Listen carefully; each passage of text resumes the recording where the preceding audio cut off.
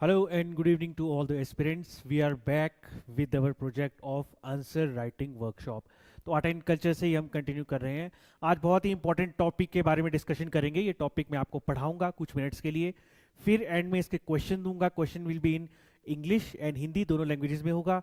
आपको वो हमारे टेलीग्राम चैनल पे, जो कि नीचे डिस्क्रिप्शन बॉक्स में गिवन है, उस पर वो सेंड करना है।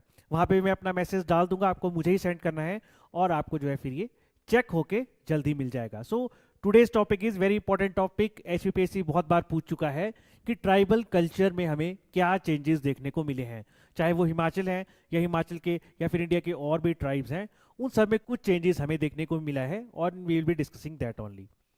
सबसे पहले थोड़ा सा समझते हैं अब, क्योंकि देखो ये ना सोशोलॉजी का टॉपिक है ना ही ये इकोनॉमी का टॉपिक है, तो हमें इन डेप्थ इतना जानना ज़रूरी नहीं है कि शेड्यूल्ड ट्राइब्स होते कैसे हैं, कैसे ये काम करते हैं। बट फिर भी एक इंट्रोडक्शन के फॉर्म पे हम देखेंगे तो की फीचर्स इसकी क्या है। तो की फीचर्स सबसे पहले चेक करते हैं। देखो सबसे पहली बात तो ये फॉरेस्ट बेस्ड है, ठीक है। ज़्यादातर जो ट्राइब्स हैं वो फॉरेस्ट में ही रहते हैं और फॉरेस्ट में रहने की वजह से जो उनकी प्रैक्टिसेस है वो बाकी मेन स्ट्रीम जनता से अलग है। तो फॉरेस्ट बेस्ड थोड़ा सा यहाँ पे इनका लाइवलीहुड रहता है। Second thing is they have strong community bonds, यानी कि उनका आपस में जो तालमेल है, किस तरह से समाज में बैठना है उठना है, वो सब कुछ बहुत स्ट्रॉन्ग तरीके का होता है। वो अपने ही रीजन के प्रति, अपनी कम्युनिटी के प्रति ज़्यादा कन्फाइंड रहते हैं, बाहर के लोगों के साथ इतना घुलना मिलना नहीं होता। देन उनके कुछ अपने ओरल ट्रेडिशंस होते हैं जो बाकी ट्रेडिशन से अलग होते हैं। अपनी बोली बोली जाती है। हिमाचल में भी आपने देखा होगा कि जो ट्राइबल की बेल्ट है वो थोड़ी सी और लैंग्वेज बोलती है as compare to rest of the Himachal. अपने इनके बिलीव्स होते हैं, देवी देवता और जो नेचर है, जो प्रकृति है, उनको वर्शिप करने में ये ज़्यादा बिलीव करते हैं। लास्ट, उनकी अपनी ड्रेसेस, आर्ट एंड म्यूजिक होता है। ये तो हम देख ही चुके हैं, एचपीजी के भी हम पढ़ते हैं तो देखते हैं कि जो ट्राइबल पॉपुलेशन है कि उनकी ड्रेसेस, आर्ट, म्यूजिक, म्यूजिक तो अब काफ़ी ज़्यादा कमर्शलाइज भी होने लगा है, तो वो सब मेन स्ट्रीम से अलग रहता है। ठीक है, तो थोड़ा सा ये बेसिक कंसेप्ट आपको मैंने बताया। नेक्स्ट चेक करते हैं।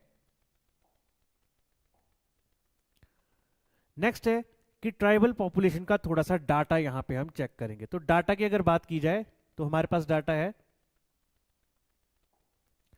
तो देखो ट्राइबल पॉपुलेशन इंडिया में बहुत ज़्यादा है, around 10.45 crore, which is approximate 8.6%। ठीक है, 2011 के सेंसस में हमें ये पता लगा था, अब तो काफ़ी और भी बड़ी होगी। उसी तरह से हिमाचल में 4 to 5.7% हमारे पास ट्राइब्स की पॉपुलेशन है। ये ट्राइब्स आपने सुने भी होंगे हिमाचल के, चाहे गद्दी है, किन्नौरा है, लाहौला है, पांगवाला है, गुज्जर है। एसटी का लिटरेसी रेट्स अराउंड 60% कम है, which is way less than overall literacy rate of India. तो यहाँ से हमें ये भी पता चलता है कि ट्राइबल पॉपुलेशन में पॉवर्टी भी ज़्यादा है। हालांकि हिमाचल के कंटेक्स्ट में फिर भी अच्छी हालत है, बट बाहर पूरे नेशनल लेवल के कंटेक्स्ट में देखें तो जो लिटरेसी और अनएम्प्लॉयमेंट आपको ट्राइबल्स में देखने को मिलेगी वो थोड़ी सी ज़्यादा देखने को मिलेगी। तो जो इनका रेशो है, ठीक है, जो इनका रेशो है वो नेशनल एवरेज में पॉवर्टी में काफ़ी ज़्यादा है। तो अब सबसे मेन मुद्दे पे आएंगे हम कि जो कल्चरल चेंज हमें देखने को मिल रहे हैं ये किस वजह से है। कहते हैं कि मॉडर्नाइजेशन की तरफ बढ़ रहा है ट्राइबल कल्चर, तो वो किस वजह से है उस पर ध्यान देंगे। First is obviously modernisation and education, क्योंकि देखो धीरे धीरे ट्राइबल स्कूल्स में क्या है, स्कूल्स की एक्सपेंशन होने लगी। ट्राइबल्स में जो एरियाज थे, नए नए स्कूल खुलने लगे।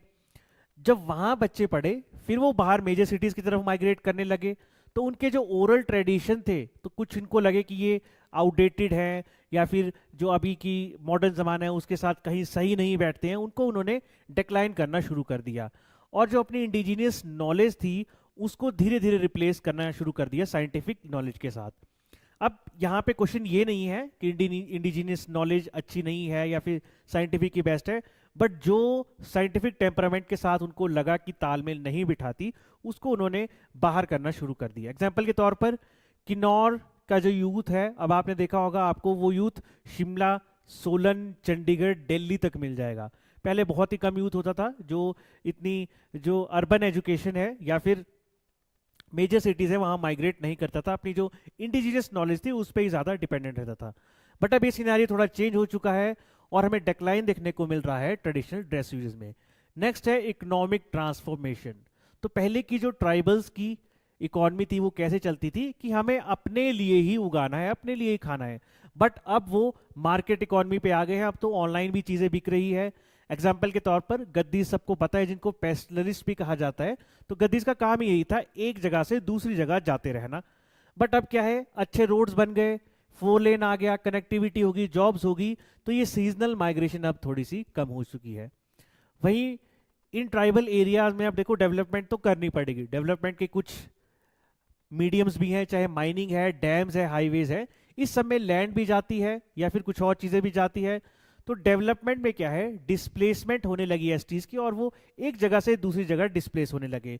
फॉर एग्जांपल नर्मदा वैली है, हाइड्रो पावर प्रोजेक्ट हैं बहुत सारे, किन्नौर के हैं, लाहौल के हैं, वो ट्रेडिशनल लाइफस्टाइल को इन पे इम्पैक्ट किया। तो जब किसी और सिटी में आप मूव करते हो तो बेसिकली उस सिटी के जो लाइफस्टाइल होता है उसको आप अडॉप्ट करते हो, रेदर देन कि अपना वहाँ पे जिए।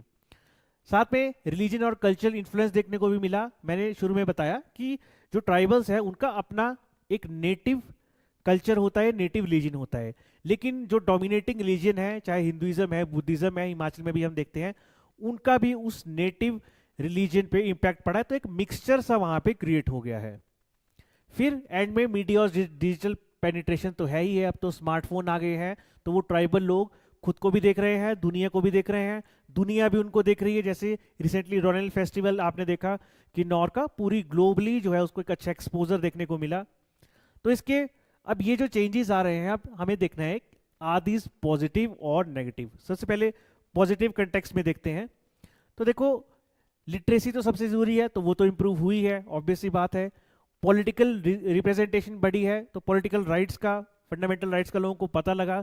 अब ट्राइब्स के एरिया की डेवलपमेंट करनी है तो वहां से रिप्रेजेंटेशन भी धीरे धीरे आने लगी, चाहे वो विधानसभा है या फिर वो संसद है।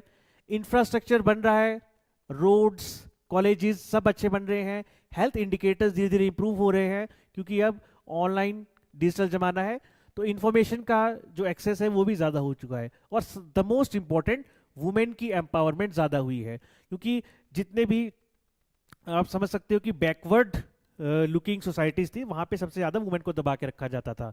बट धीरे धीरे जैसे आगे दुनिया मॉडर्न हो रही है, तो वुमेन की एम्पावरमेंट भी वहाँ ज़्यादा हो रही है। हम हिमाचल में भी ट्राइबल एरियाज में देखते हैं कि बहुत सारी वुमेन सेल्फ हेल्प ग्रुप में जुड़ी है, जो नेशनल रूरल लाइवलीहुड मिशन है उसके साथ। तो वही नेगेटिव इम्पैक्ट भी देखने को मिले। सबसे पहले तो कल्चर होमोजेनाइजेशन।